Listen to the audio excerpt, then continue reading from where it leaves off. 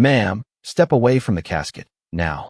The words cut through the soft murmur of grief like a blade made of ice, sharp, sudden, impossible to ignore, and for a second, the entire chapel seemed to forget how to breathe. Heads turned in slow, disbelieving motion, black coats rustling, heels shifting quietly against polished wooden floors that reflected the dim amber glow of hanging lights. Naomi Carter stood still beside her son's casket, her gloved hand resting lightly on the smooth mahogany surface as if it were the only thing anchoring her to the world. She didn't look up right away. Her fingers traced the edge, slow, deliberate, memorizing something she knew she would never touch again. The faint scent of lilies lingered in the air, heavy and sweet, almost suffocating. Outside, a breeze whispered through the bare branches, tapping softly against stained glass windows, but inside, everything had gone cold. "Ma'am," I said, "step away." The officer repeated, his voice firmer now, edged with impatience that didn't belong in a place like this. Naomi finally lifted her gaze, her eyes calm but distant, as if she were still somewhere else, somewhere quieter, somewhere before this moment shattered into existence. "Just a second," she said, her voice low, steady, carrying none of the tremble the room expected. A few guests exchanged uneasy glances. Someone in the back shifted uncomfortably. The minister paused mid-prayer, his hands still clasped, uncertain whether to continue or retreat. The officer didn't wait. His boots echoed as he stepped closer, each footfall too loud, too heavy, disrupting the fragile stillness that grief had built. Another officer lingered near the entrance, scanning the room with detached focus, as if this were just another routine call. Naomi's hand remained on the casket, unmoving, her thumb pressing gently against the wood, as though she could feel her son beneath it, as though the world hadn't already taken him away. "You're obstructing an active investigation," the officer said, his tone flattening, turning official, mechanical. The words hung in the air, foreign and misplaced, colliding with the quiet sobs that had only moments ago filled the space. Naomi blinked once, slowly, as if processing a language she refused to accept. "This is my son," she replied, her voice no louder, but somehow it carried further, reaching the edges of the room, settling into every ear. The officer's jaw tightened. He glanced briefly at the others, then back at her, something unreadable flickering behind his eyes before hardening again. "And right now, you need to come with us." A ripple of tension spread through the gathered mourners. A woman near the front clutched her purse tighter. A man in a dark suit took half a step forward, then stopped, unsure, unwilling. Naomi inhaled slowly, the kind of breath that begins deep in the chest and carries weight with it, the kind that steadies something inside before it breaks. For a moment, she said nothing. The silence stretched, thin and fragile, like glass about to crack.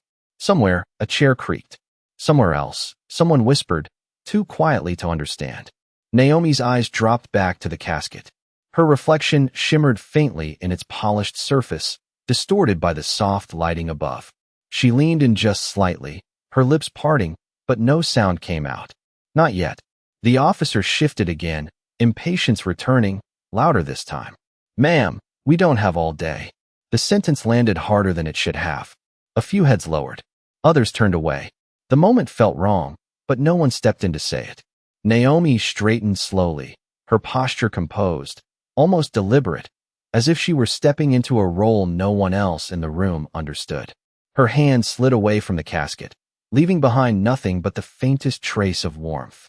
She turned, facing the officer fully now, her expression calm, unreadable, but not weak. Not even close. For a fraction of a second, something shifted in the air between them, something subtle, something the officer didn't recognize, but the room did. It wasn't fear. It wasn't confusion.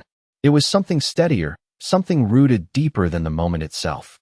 "Then let me say goodbye," she said quietly. The words didn't plead. They didn't beg. They simply existed, undeniable.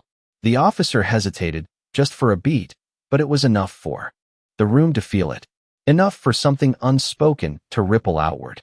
But then his shoulders squared again, the hesitation gone as quickly as it came. "You can do that later," he replied. Naomi's gaze didn't waver, not even slightly.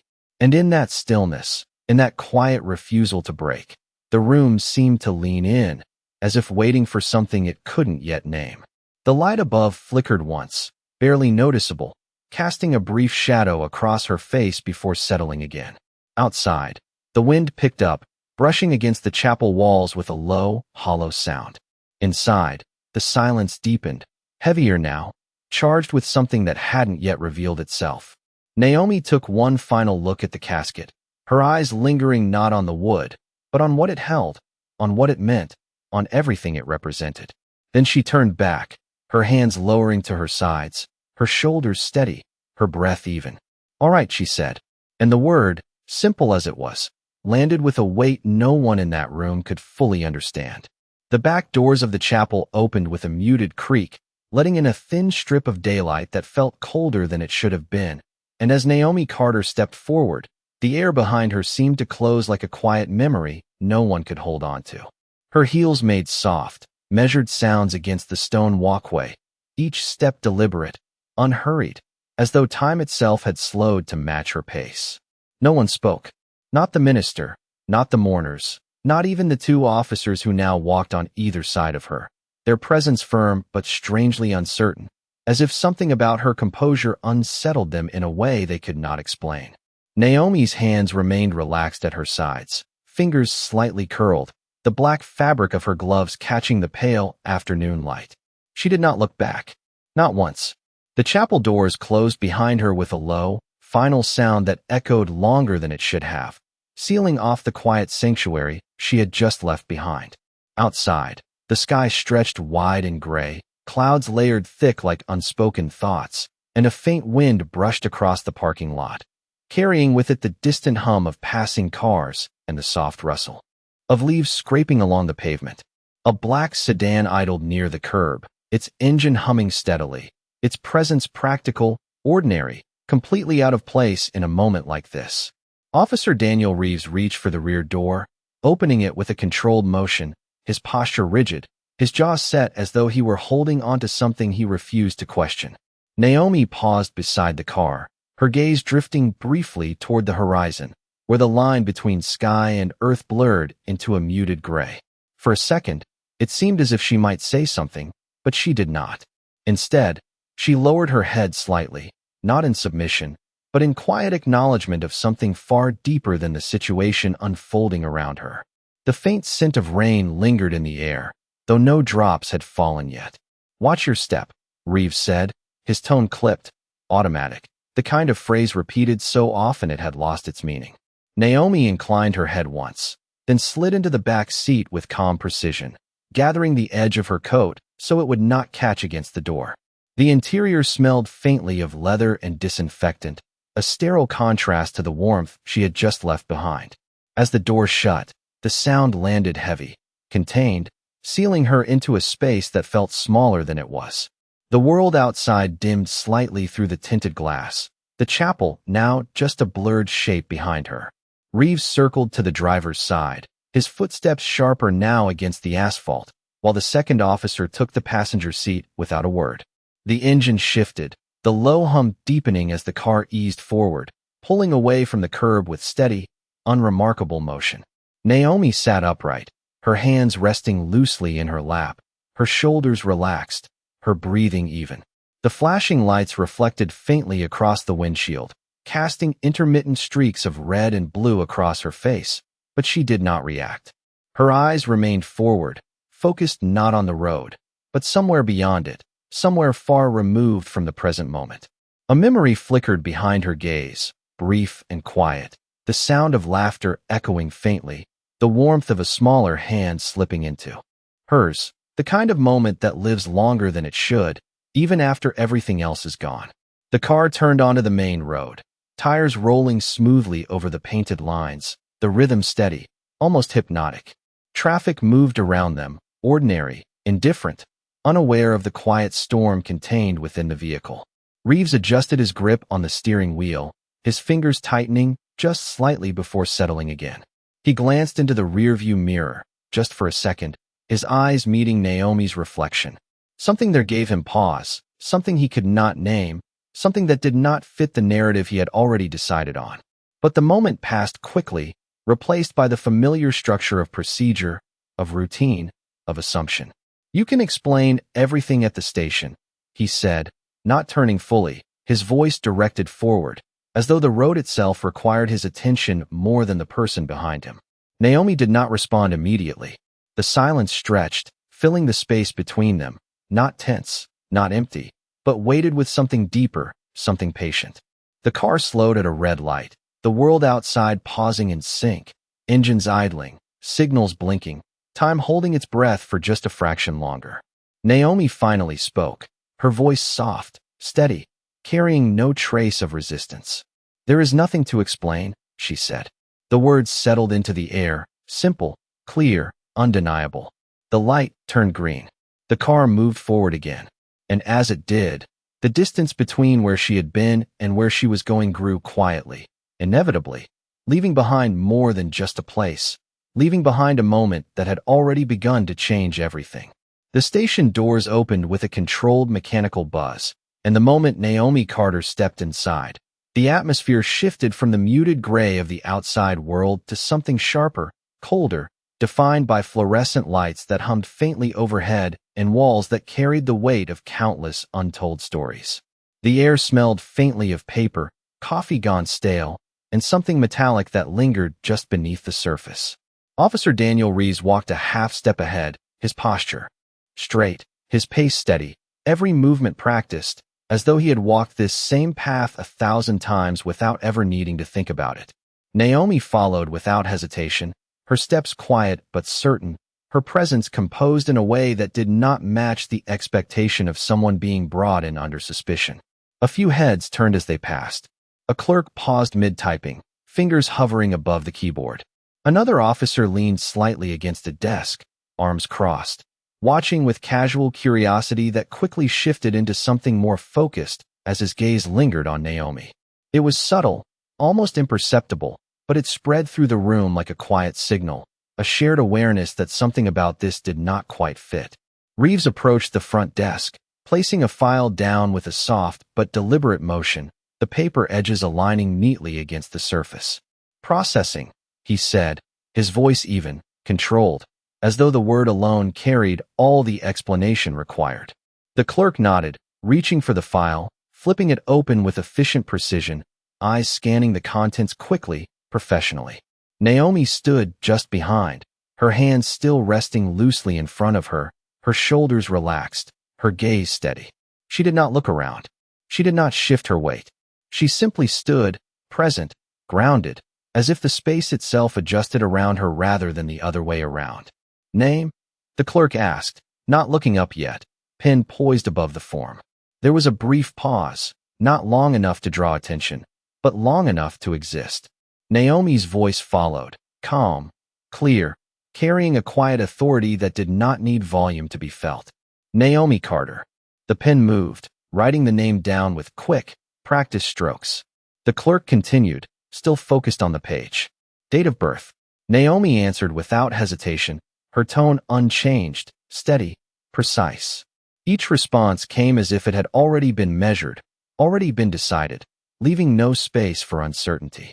Around them, the room continued its rhythm, phones ringing softly, footsteps echoing down the hallway, voices overlapping in low, indistinct conversations.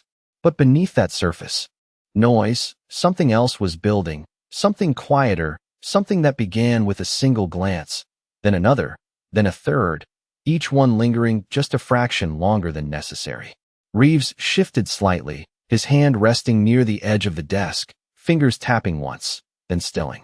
He watched the process unfold with the detached focus of someone who believed the outcome was already determined. Routine, procedure, order. The structure held. The clerk flipped another page, scanning, then paused.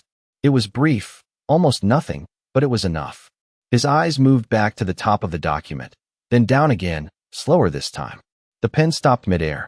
He frowned slightly, not in confusion, but in recognition that something required a second look.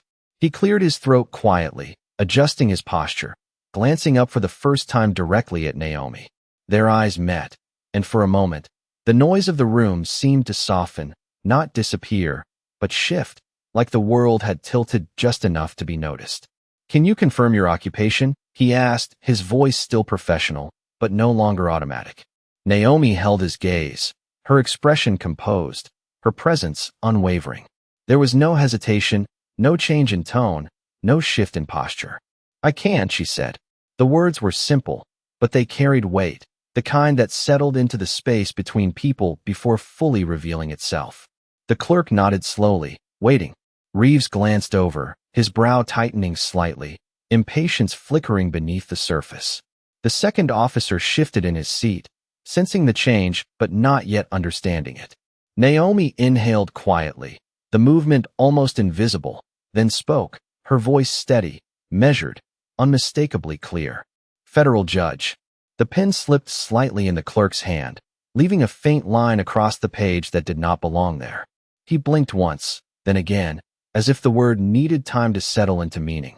Around them, the subtle current that had been building shifted all at once, quiet conversations faltering, movements slowing, attention sharpening in a way that could not be undone. Reeves straightened, his expression tightening, something uncertain, flickering behind his eyes for the first time since the moment began. The room did not freeze completely, but it came close, hovering in that space between motion and stillness, between assumption and realization. Naomi did not move. She did not repeat herself. She did not raise her voice. She simply stood there, calm, grounded, her presence filling the space in a way that no title alone ever could. And in that stillness, the balance that had once felt so certain began to shift, quietly, inevitably, towards something no one in that room had prepared for. The word did not echo, but it did not need to, because the effect settled instantly into the room like a weight pressing down on every surface, every breath, every assumption that had been made just moments earlier.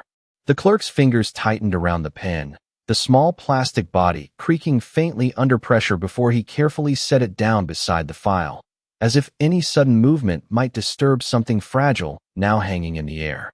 His eyes moved again across the document, slower this time, tracing each line with deliberate attention, verifying, rechecking, searching for a mistake that was not there. Naomi Carter stood exactly where she had been, her posture unchanged, her expression composed, neither defensive nor proud, simply present, as if the title she had spoken was not something she carried for power, but something that had always existed quietly beneath the surface. Officer Daniel Reeves did not speak right away.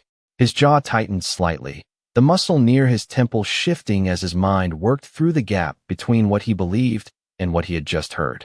He stepped closer to the desk, his hand moving toward the file, flipping it open with a motion that was a little too quick, a little less controlled than before. His eyes scanned the page, then stopped, then moved again, slower, more deliberate, the certainty in his posture beginning to fracture in small, almost invisible ways. "That is not possible," he said finally, though his voice did not carry the same authority it had earlier. It was quieter now, less certain, as if the words were meant more for himself than for anyone else. The second officer shifted beside him, glancing between the file and Naomi, his earlier confidence fading into something more cautious, more observant. Around them, the room had changed. Conversations had softened into near silence, keyboards stilled mid-motion, phones unanswered for a second too long. Attention had gathered without announcement, drawn toward the center of the room where the balance of power had quietly begun to shift. Naomi's gaze remained steady, meeting Reeves without challenge, without fear, simply holding the space with a calm that did not need to prove itself. "It is," she replied, her tone even, unshaken, carrying no trace of urgency. The clerk cleared his throat again, this time more carefully, reaching for a terminal on the desk, his fingers moving across the keys with controlled precision.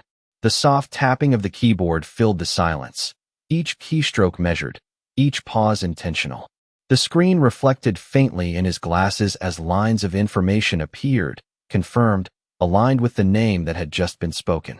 His expression shifted, subtle but unmistakable, the recognition settling in fully now, no longer a question, no longer a possibility, but a fact. He turned slightly, his voice lower, directed toward Reeves, but loud enough for the space around them to hear. "It checks out." The words did not need emphasis. They carried enough on their own. Reeves exhaled slowly, though he had not realized he had been holding his breath.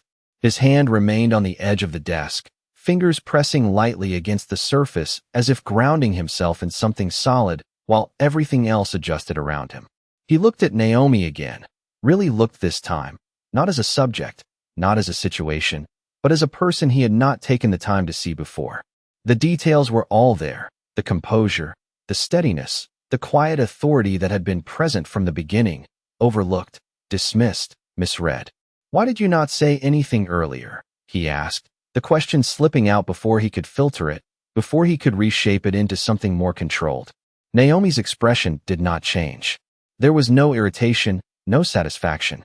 Only a quiet clarity that seemed to settle deeper into the room with each passing second. "You did not ask," she said. The sentence was simple, but it landed with a precision that cut through the remaining tension without raising her voice. A faint shift moved through the gathered officers, not dramatic, not loud, but present, a collective awareness forming, the realization of what had just happened, not just in procedure, but in judgment. Reeves straightened slowly, his shoulders adjusting, the rigid certainty that had defined him earlier now replaced with something more careful, more aware. The file in his hand felt heavier than it had before, not because of its weight, but because of what it represented. The clerk closed the document gently, sliding it back across the desk, his movements now deliberate, respectful in a way they had not been minutes earlier. Naomi remained still, her hands resting lightly in front of her, her presence unchanged despite the shift around her. She had not raised her voice. She had not resisted. She had not demanded recognition. And yet, the room had changed entirely. The fluorescent lights hummed overhead, the same as before, but everything beneath them felt different now, as if a layer had been peeled back, revealing something that had been there all along, waiting to be seen. Reeves took a step back, his posture no longer imposing, his expression no longer certain. The moment stretched, not tense, but full, holding the weight of what had just unfolded. And in that quiet, in that space where assumptions had been replaced by truth, the next move was no longer his to control. The shift did not explode into chaos, it settled instead, heavy and undeniable, pressing into every corner of the station like a truth that could no longer be ignored. And for a moment no one moved because no one was entirely sure what movement was appropriate anymore. Officer Daniel Reeves stood still, the file now closed in his hand, but it no longer felt like a tool of control. It felt like evidence of something he had mishandled, something he had misjudged before even giving it a chance to exist. The fluorescent lights above flickered once, briefly, casting a soft shadow across the desk, and in that flicker the room seemed to reset, not to what it had been before, but to something more aware, more cautious, more real.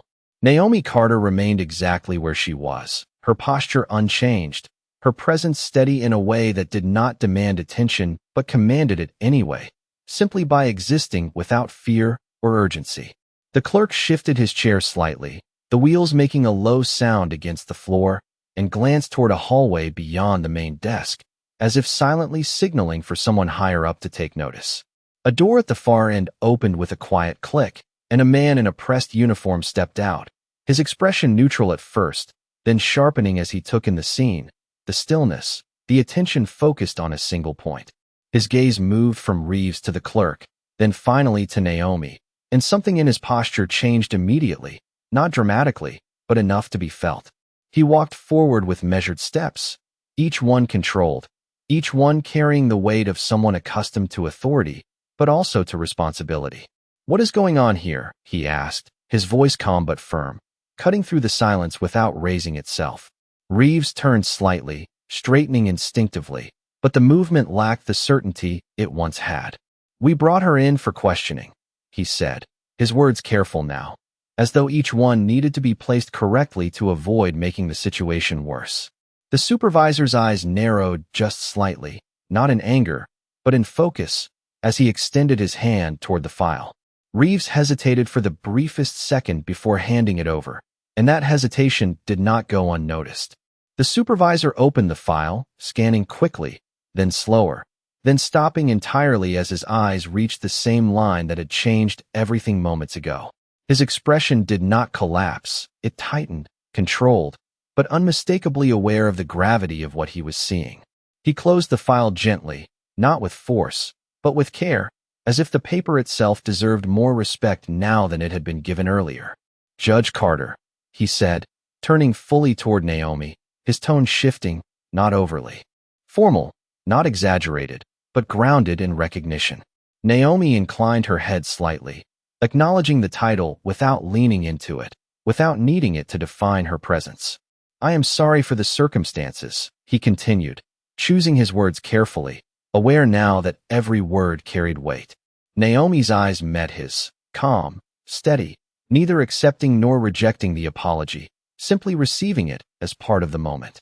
Reeves remained where he stood, his hands now empty, his posture no longer rigid but not relaxed either, caught somewhere between what he had believed and what he now understood. The second officer shifted his weight, looking down briefly, then away, as if trying to place himself outside of what had already happened. The supervisor turned slightly, his attention returning to Reeves, and though his voice did not rise, the change in tone was unmistakable. "You detained her at a funeral," he said, not as a question, but as a statement that carried quiet disbelief. Reeves swallowed, the movement subtle but visible, his answer coming slower this time. "We were responding to a report," he said, but even as he spoke, the words sounded thinner, less solid than they had before. The supervisor held his gaze for a moment longer, then looked back at Naomi, the room following that motion as if drawn by an invisible thread.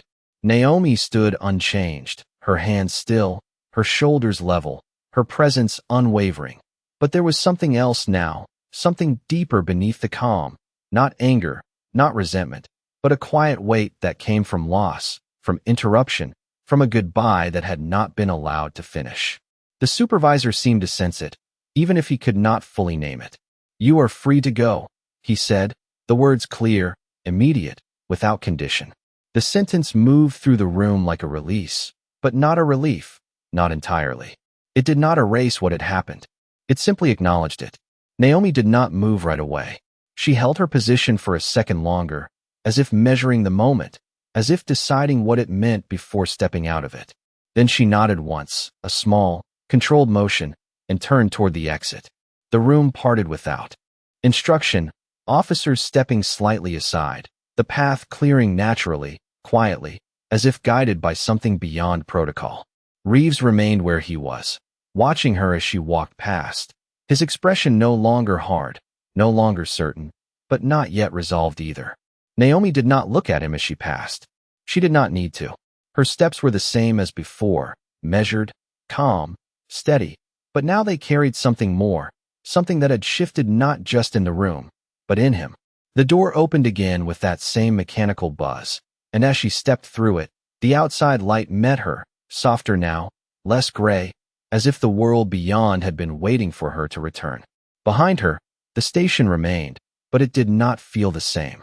And for the first time since the moment began, Reeves understood that the situation had never been under his control at all. The door closed behind Naomi Carter with a soft mechanical click, and for a moment she did not move, standing just outside the station as the air shifted around her, cooler now, carrying the faint scent of rain that still had not fallen, as if the sky itself was holding something back. The street stretched ahead in muted tones, cars passing at a distance, their sounds softened by the space between them, ordinary life continuing without pause, without awareness of what had just unfolded inside those walls. Naomi inhaled slowly, the breath deep and controlled, filling her chest before releasing it just as evenly, her shoulders rising and falling with quiet precision. The world felt wider out here, less confined, but the weight she carried had not lifted, it had only changed shape. Behind her, through the glass doors, silhouettes moved again, the station returning to motion, but not to what it had been before. Inside, Officer Daniel Reeves remained near the desk, his posture still, his eyes fixed on the door long after it had closed. The hum of the fluorescent lights seemed louder now, or maybe the silence around him had deepened, making every small sound more noticeable, more present. He exhaled slowly, rubbing his palm once against the side of his uniform, as if trying to reset something he could not quite reach. The supervisor stood a few feet away, watching him without speaking, giving the moment space to settle before stepping into it. "Walk with me," the supervisor said finally, his voice calm, steady, not harsh, but not optional either. Reeves nodded once, his movements slower now, more deliberate, as he followed down the narrow hallway lined with closed doors and framed notices that no one ever seemed to read. Their footsteps echoed faintly against the tile floor, each step marking distance from the front desk, from the moment that had shifted everything. Inside a small office, the supervisor closed the door quietly behind them, the click softer than the one Naomi had heard, but carrying its own kind of finality. He did not sit right away. Instead, he turned, folding his arms loosely, his gaze steady, measured. "Tell me exactly what happened," he said. Reeves opened his mouth, then paused, the words not forming as easily as they once would have. He replayed the moment in his mind. The chapel, the stillness, the way she had stood there, calm, composed, asking for a second, and how quickly he had moved past that, how certain he had been. "We received a report," he began, his voice quieter now, less automatic, each word chosen with more care than before. "Possible disturbance." I responded. I assessed the situation. The supervisor did not interrupt, but his eyes did not leave Reeves's face. "And you decided to remove her," he said after a moment, not accusing, but clarifying. Reeves nodded, the motion small, almost reluctant. "Yes." The word lingered, thinner now, less certain than it had ever been. The supervisor took a slow breath, then stepped closer to the desk, resting his hand lightly against its surface. "Did you ask her anything?" he said. Reeves hesitated again, the silence stretching longer this time, the answer already forming before he spoke it. "No." The words settled heavily between them, filling the room in a way that left little space for anything else. The supervisor's expression did not harden, but it shifted, a quiet recognition of something deeper than a procedural error. "Did you see her?" he asked, and this time the question carried more than its words suggested. Reeves blinked once, the meaning landing slower, deeper. He thought back to the chapel, the way she had stood, the way her hand had rested on the casket, the steadiness in her voice, the absence of panic, the presence of something else entirely. "I thought I did," he said finally, his voice lower now, almost reflective. The supervisor nodded once, not in agreement, but in understanding of the answer itself. "You saw what you expected to see," he said, the sentence simple, but weighted. Reeves did not respond. He could not. The truth of it settled in slowly, piece by piece, each part fitting into place in a way that left no room for denial. Outside the office, the station continued its quiet rhythm, but inside, time seemed to slow again, stretching just enough for the moment to be fully felt. Naomi walked down the sidewalk, her steps steady, the sound of her heels soft against the concrete, blending into the distant hum of the city. The sky above remained heavy, clouds layered thick, but a faint break in the gray allowed a narrow line of light to pass through, touching the ground in a way that felt almost intentional. She reached the edge of the street, pausing briefly before crossing, her gaze lifting just slightly, as if orienting herself not by direction, but by purpose. The funeral was still waiting. The goodbye had not been finished. And as she moved forward, the weight she carried did not disappear, but it steadied, anchored by something deeper than circumstance, something that could not be taken, only revealed. Back inside, Reeves stood in silence, the realization settling fully now, not as a single moment, but as a series of quiet truths unfolding one after another, each one more difficult to ignore than the last. The chapel doors came back into view long before Naomi Carter reached them, their tall wooden frames standing still against the gray afternoon like a memory waiting exactly where she had left it, unchanged, patient, quiet. Her steps slowed just slightly as she approached, not from hesitation, but from awareness, as if she understood that crossing this threshold again would not simply return her to where she had been. It would carry with it everything that had happened since she left. The faint sound of voices drifted through the doors, subdued, respectful, the service continuing in her absence, but altered now, shaped by the interruption that had passed through it like a sudden storm. Naomi paused at the base of the steps, her gaze lifting to the stained glass windows that filtered the light into soft, muted colors, and for a brief moment, The world seemed to hold still around her, the air quiet, the wind resting, as if giving her space to breathe before stepping back into grief. She placed one foot on the first step, then another, her movement steady, grounded, her posture unchanged, but something within her had settled deeper, not hardened, not closed, but clarified. Inside the station, Officer Daniel Reeves stood alone now in the hallway, the supervisor having stepped away after their conversation, leaving him with a silence that felt heavier than any reprimand could have been.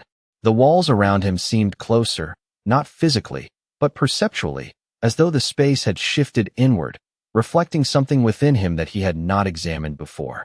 He ran a hand slowly across his face, the motion deliberate, trying to anchor himself in something familiar, but the routine he once relied on no longer fit the shape of what had just unfolded. His mind replayed the moment again, not the way it had happened, but the way it could have been different, the questions he did not ask, the pause he did not allow, the assumption he did not challenge. The realization did not arrive all at once. It came in layers, each one settling heavier than the last, until there was no space left for justification, only understanding. He turned, walking back toward the front of the station, his steps slower now, less certain, each one carrying the weight of a decision he had already made but could not undo. At the front desk, the clerk glanced up briefly, then lowered his eyes again, the earlier tension replaced with a quiet acknowledgement that did not need to be spoken.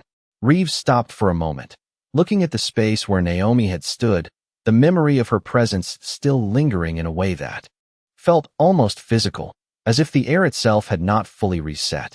He exhaled slowly, then reached for his radio, his hand pausing just before touching it, the familiar object now carrying a different meaning, a different responsibility. Outside, Naomi reached the chapel doors and pushed them open gently, the hinges responding with a soft, familiar sound. The room inside shifted as she entered, not abruptly, but noticeably, heads turning again, not in shock this time, but in recognition, in quiet understanding of what had happened beyond those walls. The minister's voice softened, then paused entirely, giving space without needing to announce it. Naomi stepped forward, her gaze moving not across the room, but directly toward the casket, her focus unwavering, as if nothing else in the space required her attention.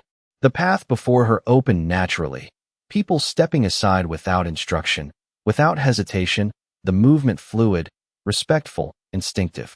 She walked the length of the aisle, her steps measured, her breathing even, the sound of her heels grounding the moment in reality. When she reached the casket, she stopped, her hand lifting slowly, resting once again against the smooth wood, the same place she had left it, the same place that had held her goodbye unfinished. For a moment, she said nothing. The room held its breath with her, the silence deepening, not empty, but full, carrying everything that had not yet been spoken. Then, quietly, her lips moved, the words too soft to be heard, meant not for the room, not for anyone else, but for the one person who mattered in that moment. The light from the windows shifted slightly, touching her face with a softer glow, illuminating the calm that had never left her, even when everything around her had tried to disrupt it. Outside, the sky finally released a light rain, the first drops falling gently against the pavement, steady, quiet, like a release that had been waiting for the right moment. Back at the station, Reeves stood at the threshold of the front doors, looking out into that same rain, his reflection faint in the glass before him. Not the same as it had been earlier, not entirely different either, but changed in a way that would not fade easily. He did not step outside. Not yet. He remained there, between the inside and the outside, between what he had been and what he now understood, the weight of that space settling fully for the first time. And across town, inside the chapel, Naomi Carter stood beside her son, her hand steady, her presence unshaken, completing something that no interruption, no assumption, no authority had been able to take from her. The rain settled into a steady rhythm against the chapel roof, each drop soft but persistent, like a quiet heartbeat echoing above the room. And inside, the service resumed not with urgency, but with a deeper stillness, as if every person present had been changed in some small way by what they had witnessed. Naomi Carter remained beside the casket, her hand resting gently against the wood, her fingers no longer searching, no longer holding on, but simply present, grounded in the moment that had finally been returned to her. The minister's voice rose again, softer now, measured, carrying words that spoke of memory, of legacy, of a life that had mattered, but Naomi did not follow every sentence. Her focus remained inward, on the quiet space where grief and love existed without interruption, without explanation. A faint reflection of light moved across the surface of the casket as the clouds shifted outside, and for a brief second, it felt as if time had stretched, allowing her to exist fully in this moment, untouched by what had happened beyond these walls. Across town, the station felt different in a way no one could quite articulate. The usual rhythm present but altered, as if something unseen had passed through and left behind a subtle shift that lingered in every corner.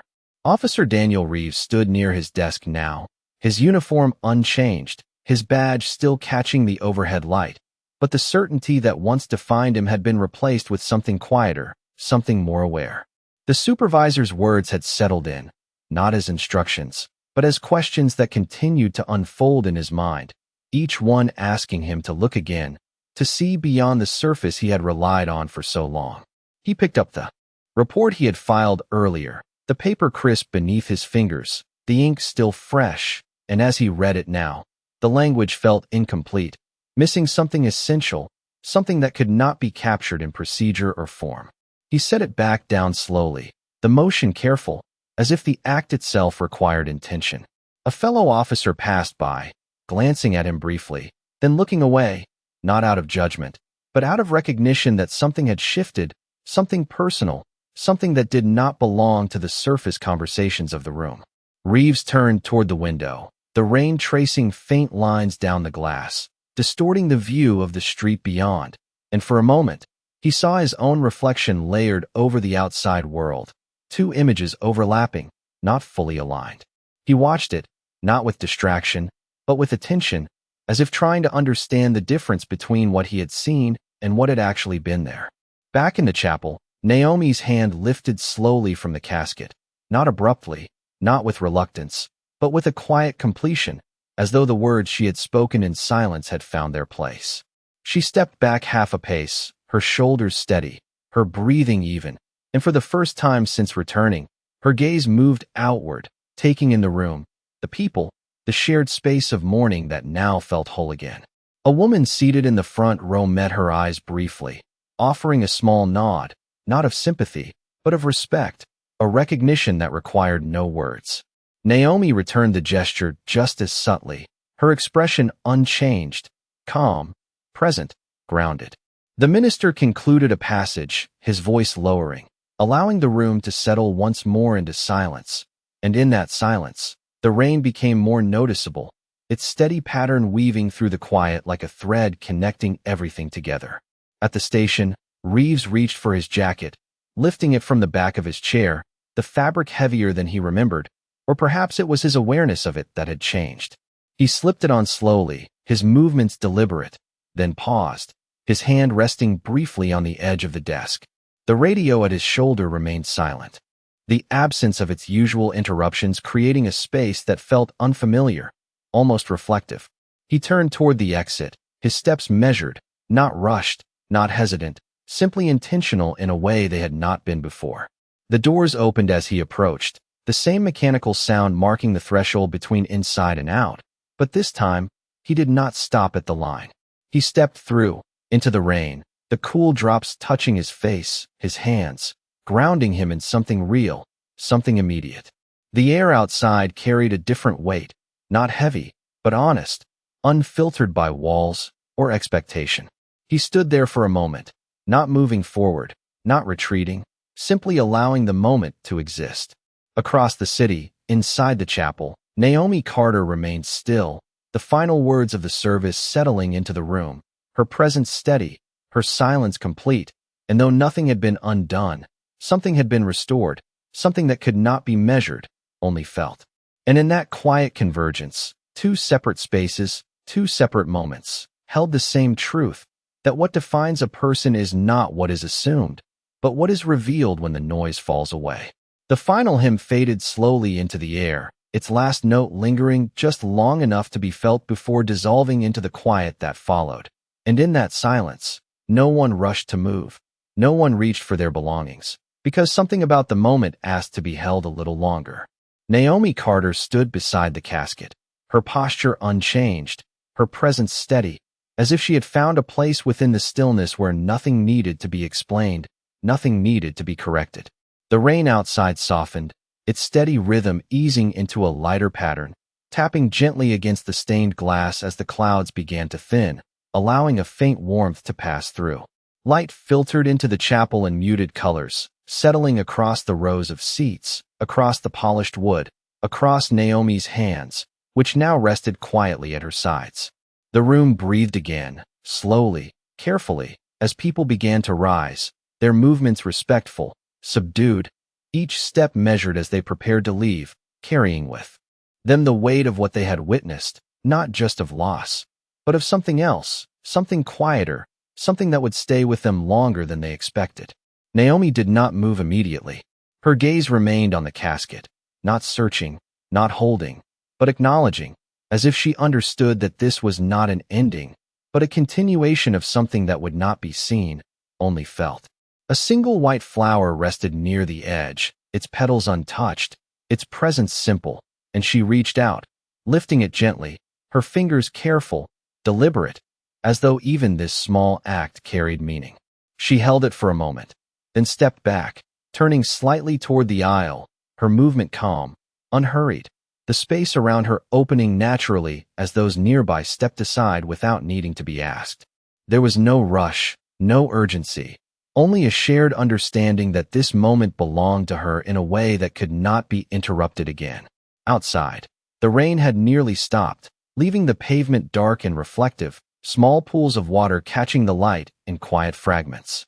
Officer Daniel Reeves stood near the edge of the sidewalk, his uniform damp from the rain, his posture no longer rigid, no longer defined by certainty, but grounded in something quieter, something that had taken shape in the space between action and reflection. He had arrived without fully deciding to, his steps having carried him there almost instinctively, guided by something he had not yet put into words.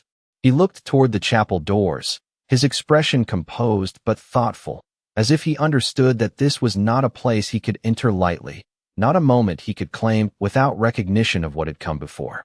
The doors opened, and people began to step out, their conversations low, their movements slow, each one carrying a piece of the silence with them.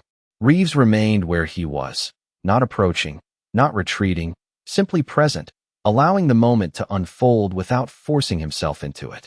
Then Naomi appeared in the doorway, her figure framed briefly by the soft light behind her, the flower still in her hand, her expression unchanged, calm, steady, complete. She stepped outside, the air meeting her gently, the last traces of rain settling around her, and for a moment, the world seemed to align, the inside and the outside meeting in a quiet balance. Reeves took a small step forward, then stopped, his movement cautious, respectful, as if aware that whatever he said next would not undo anything, but it could still matter. "Judge Carter," he said, his voice lower now, stripped of the sharp edges it once carried. Naomi looked at him, her gaze steady, neither distant nor inviting, simply present, allowing him the space to speak. He paused, the words forming more slowly than he was used to, shaped not by routine, but by reflection. "I should have asked," he said finally. The sentence was simple, but it carried the weight of everything he had come to understand, not just about the moment, but about himself. Naomi held his gaze for a second longer, then inclined her head slightly, not in acceptance, not in dismissal, but in acknowledgement. "Yes," she said quietly. There was no anger in her voice, no emphasis, just truth, clear and steady. The space between them remained, but it no longer felt tense, it felt defined, understood. Reeves nodded once, the motion small, his shoulders settling as if something within him had found its place, not resolved, but recognized.